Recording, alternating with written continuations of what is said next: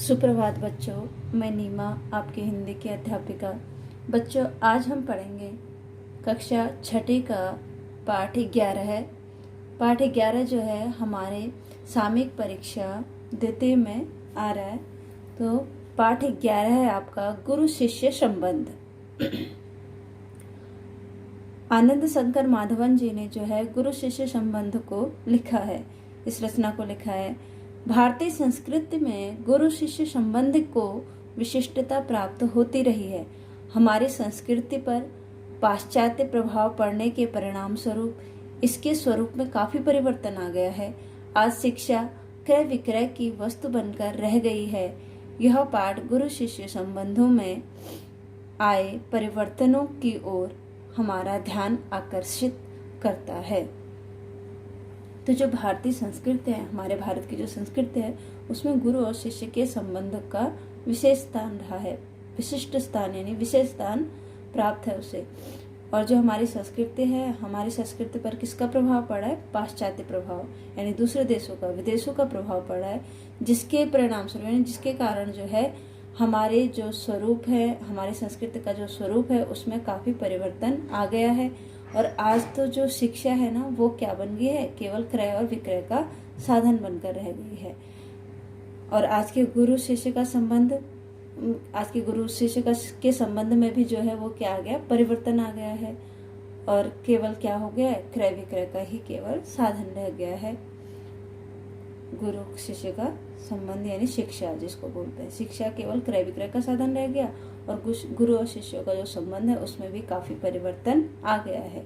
तो हम पाठ शुरू करते हैं। भारतीय संस्कृति में प्राचीन काल से ही गुरु शिष्य संबंध में पूज्य भाव रहा है। आज के परिवर्तित वैज्ञानिक युग में एक प्रकार की व्यावसायिकता का प्रभाव सर्वत्र दिखाई देता है। इसकी जड़ शायद यूरोप में है। हमारे यहाँ गुरु वेतनभोगी नहीं होते थे। पैसे देकर विद्या खरीदने की पद्धति भारतीय मिट्टी की उपज नहीं है। हमारे यहाँ शिक्षालय एक प्रकार के आश्रम अथवा मंदिर के समान पवित्र होते थे। यहाँ गुरु को साक्षात परमेश्वर समझा जाता था। गुरु को शिष्य अपने पुत्र से भी अधिक प्रिय होते थे। आज गुरु के लिए भी शिक्षा दान की क्रिया पेट पालने का साधन बन गई है। तो जो हमारी संस्कृति है, कह रहे हैं लेखक कौन? आनंद शंकर माधवन जी कहते हैं कि जो हमारी भारतीय संस्कृति है वो प्राचीन काल से जो है यानी पुराने समय से गुरु और शिष्य के संबंध हमारे भारतीय संस्कृति में क्या रहे हैं? पूज्य रहे हैं, पूजनीय रहे हैं। और आज जो है जो परिवर्तन आ गया है और क्या हो गया है? एक तरह का ये क्या हो गया? व्यवसाय हो गया है। ये आज हमें दिखाई देता है। किसके कारण? परिवर्तन के कारण, वैज्ञानिक परिवर्तन के कारण। लेकिन इसकी जड़, इस परिवर्तन की जड़ जो है हमारे शायद कहाँ से आई है? यूरोप में से आई है, यानी दूसरे देशों से आई है। तो हमारे यहाँ गुरु जो थे वो वेतनभोगी नहीं होते थे, पहले पैसे नहीं लेते थे। वो पैसे देकर विद्या खरीदने की पद्धति जो है भारत में, यह भारत की मिट्टी की उपज नहीं है। भारत में नहीं अपनाया गया था इस प्रकार के पैसे देकर विद्या देने की पद्धति को। हमारे यहाँ जो थे, जो शिक्षालय थे, जहाँ शिक्षा दी जाती थी, वो कहाँ होते थे? एक प्रकार के क्या होते थे? आश्रम होते थे, मंदिरों में दी जाते थे। आपने पढ़ा होगा कि जो पहले श्री राम की कथा इन रामायण में देखा होगा, जो रामचंद्र जी होते हैं वो कहाँ जाते हैं? आश्रम में विद्या अध्ययन करने के लिए जाते हैं। तो कह रहे हैं कि पहले जो थे, जो शिक्षा ग्रहण के स्थान थे वो क्या थे? आश्रम थे। और कैसे थे? वे मंदिर के समान पवित्र थे। यहाँ गुरु को क्या कहा जाता है? साक्षात परमेश्वर समझा जाता था। और गुरु को शिष्य अपने पुत्र के से भी ज्यादा प्यार करता था। पुत्र को जितना प्यार करता था उससे कई ज्यादा वो अपने गुरु, अपने शिष्य को करता था। लेकिन आज के जो गुरु हैं वो केवल गुरु के लिए क्या बन गया? केवल शिक्षा देना एक पेट पालने का साधन बन गया, एक व्यवसाय बन गया है। और शिक्षा दान की जो क्रिया है, यानी जो शिक्षा वो देता है दूसरे को, जैसे कि आज के समय में देखते हो जो प्राइवेट स्कूल है वहाँ हो या कोई सरकारी स्कूल हो, जो वहाँ के जो गुरुजी होते हैं या जो अध्यापक होते हैं, उन्हें वो उनका क्या होता है? एक व्यवसाय बन गया है। यानी उन्हें क्या मिलते हैं? तनख्वाह मिलती है, वेतन मिलता है, और वो तब जाके जो है बच्चों को पढ़ाते हैं। तो आज की शिक्षा क्या हो गई, केवल पेट पालने का साधन बन गई है। हमें अपनी संस्कृति की महानता का पता तब चलता है जब हम दूसरे देश या दूसरे देशवासी हमारे देश की महानता के बारे में क्या करते हैं, व्याख्यान करते हैं या हमारे देश की विशेषता के बारे में बताते हैं, तब जो है हमें अपने देश की महानता का पता चलता है। प्रारंभ में स्वामी विवेकानंद को भारत में महत्वपूर्ण स्थान प्राप्त नहीं था, पर जब अमेरिका में भाषण देकर नाम कमा लिया, तब भारतवासी दौड़े फूल मालाएं लेकर उनके स्वागत करने। अब देखो, जब शुरू में यानी प्रारंभ में जो स्वामी विवेकानंद थे, उनको जो था भारत में कोई स्थान प्राप्त नहीं था, और जब उन्होंने अमेरिका में भाषण दिया तो उनके भाषण को सुनकर वहाँ के लोगों ने उनकी बहुत ही क्या की, तारीफ की। तो इस प्रकार उनके भाषण को देखकर जब उन्होंने बहुत सारा नाम कमा लिया, सभी लोग उनकी प्रशंसा करने लगे, तब जो है भारतवासी जो है क्या लेके दौड़े, फूल मालाएं लेकर उनके स्वागत के लिए गए। रविंद्रनाथ ठाकुर को भी जब नोबेल पुरस्कार मिला, तब बंगाली लोग यह राग अलापने लगे,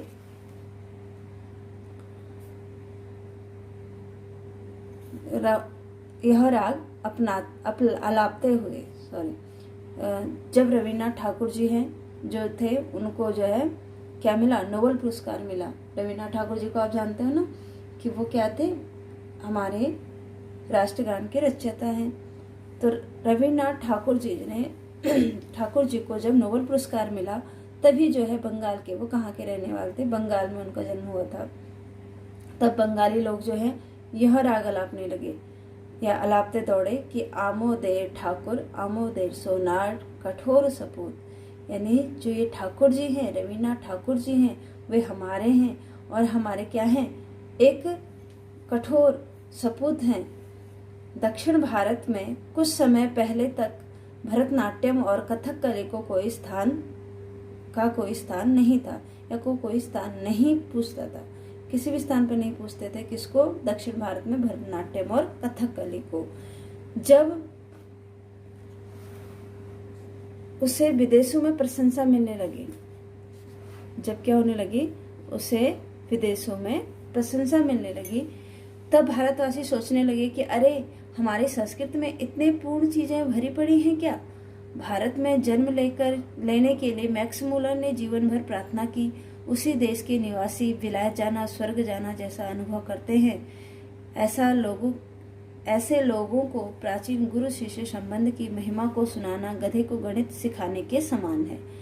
तो यहाँ पे लेखक कहते हैं कि दक्षिण भारत में जो था, कुछ समय पहले भरतनाट्यम और कथकली को कोई नहीं पूछता था, लेकिन जब विदेशों में कथकली और भरतनाट्यम की प्रशंसा हुई, तब क्या करने लगे, भारतवासी सोचने लगे कि हमारी संस्कृति में इतनी अच्छी चीजें, अपूर्ण चीजें हैं, जो इतनी अपूर्ण चीजें भरी हैं क्या, ये सोचने लगे। भारत में जन्म लेने के लिए, भारत देश में जन्म लेने के लिए मैक्स मूलर, कौन है, एक अंग्रेजी लेखक है मैक्स मूलर, तो कह रहे कि भारत में जन्म लेने के लिए मैक्स मूलर ने भगवान से जीवन भर प्रार्थना की कि अगर मेरा दोबारा जन्म हो तो कौन से देश में है, भारत देश में हो।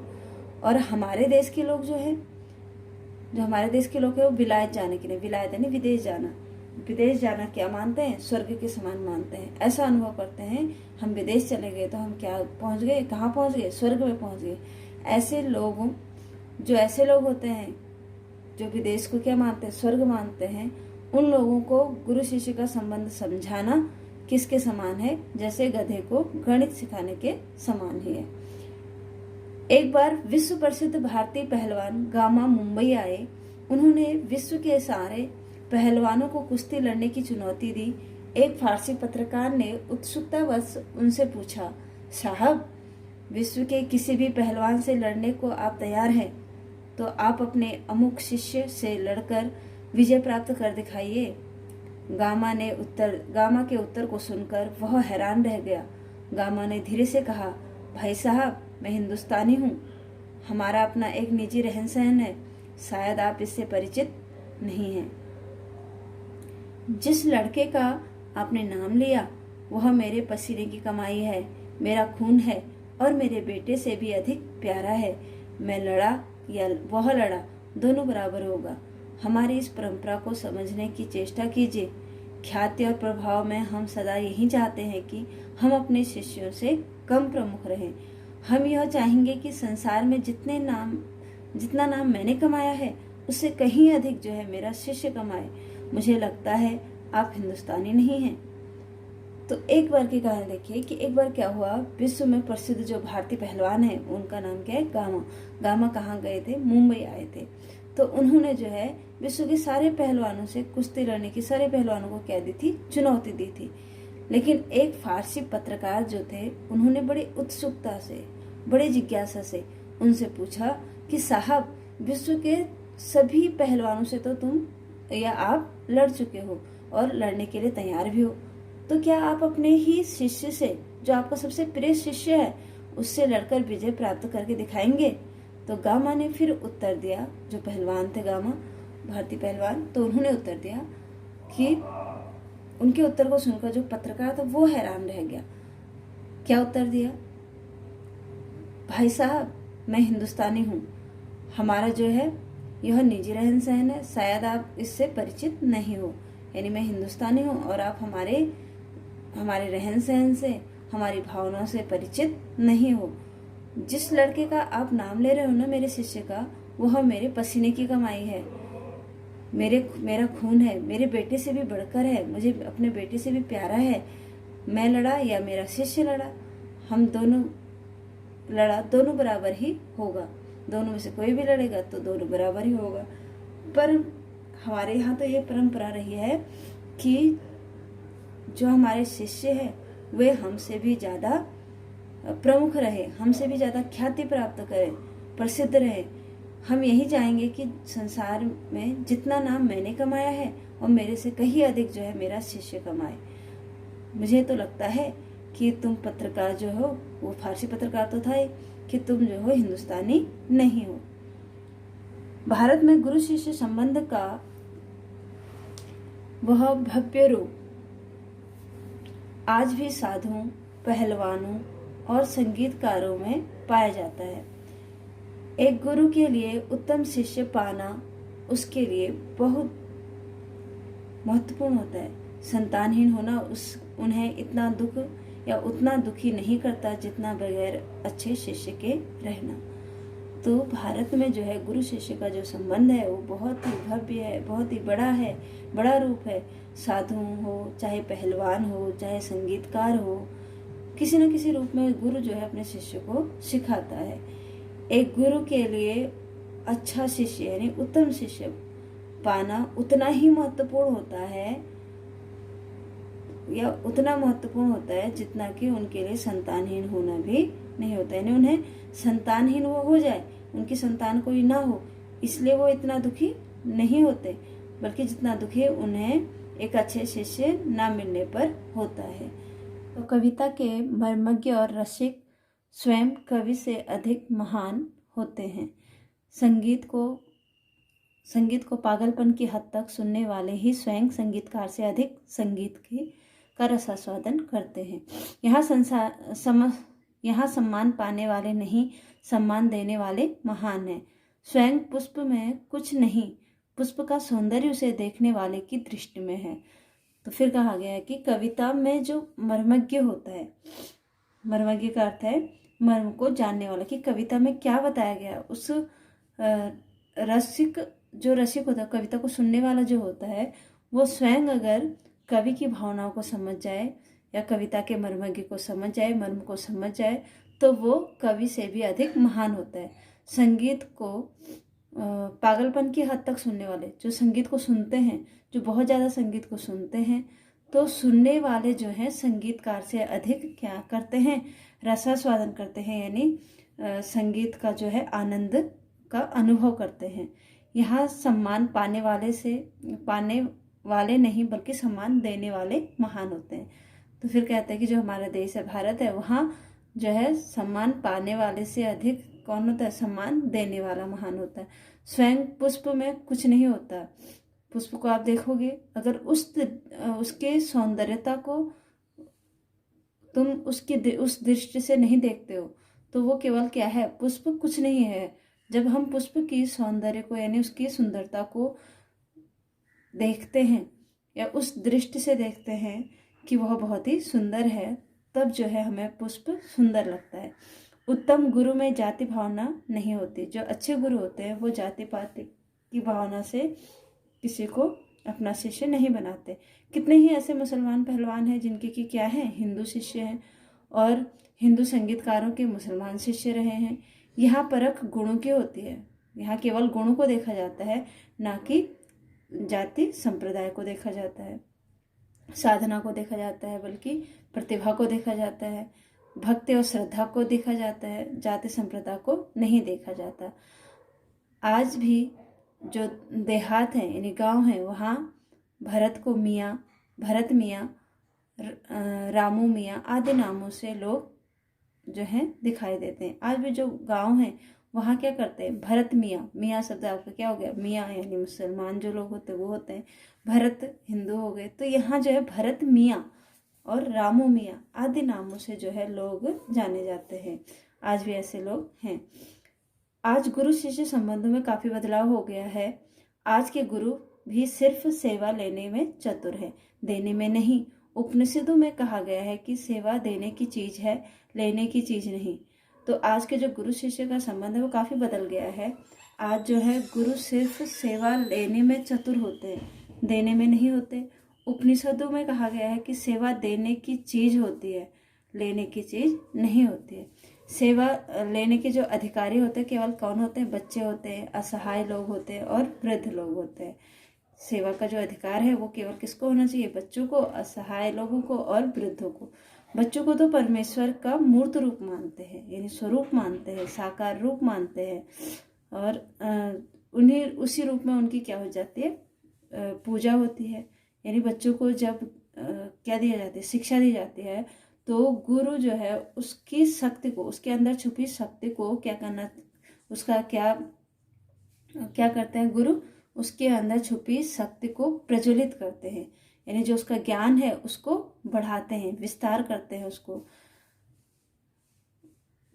विस्तार करना ही जो है गुरु का काम होता है। आजकल ऐसे गुरु नहीं रह गए हैं। मतलब आजकल जो है लेकिन उतने ऐसे सारे गुरु ऐसे नहीं हैं जो कि बच्चों को क्या करे?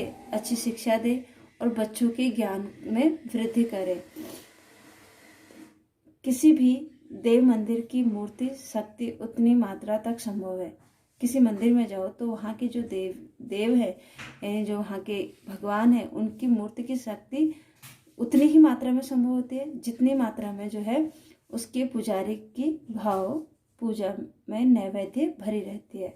आपने देखा होगा कि पुजारी जो है, मंदिर में भी देखा होगा कि पुजारी जो है जब पूजा करता है, कोई पूजा करवाता है, अगर उसने जो है नैवेद्य वगैरह यानी भोग प्रसाद, जितना भोग प्रसाद वो चढ़ाया जाएगा, उसकी पूजा में वो जो है उतना ही ध्यान लगाता है।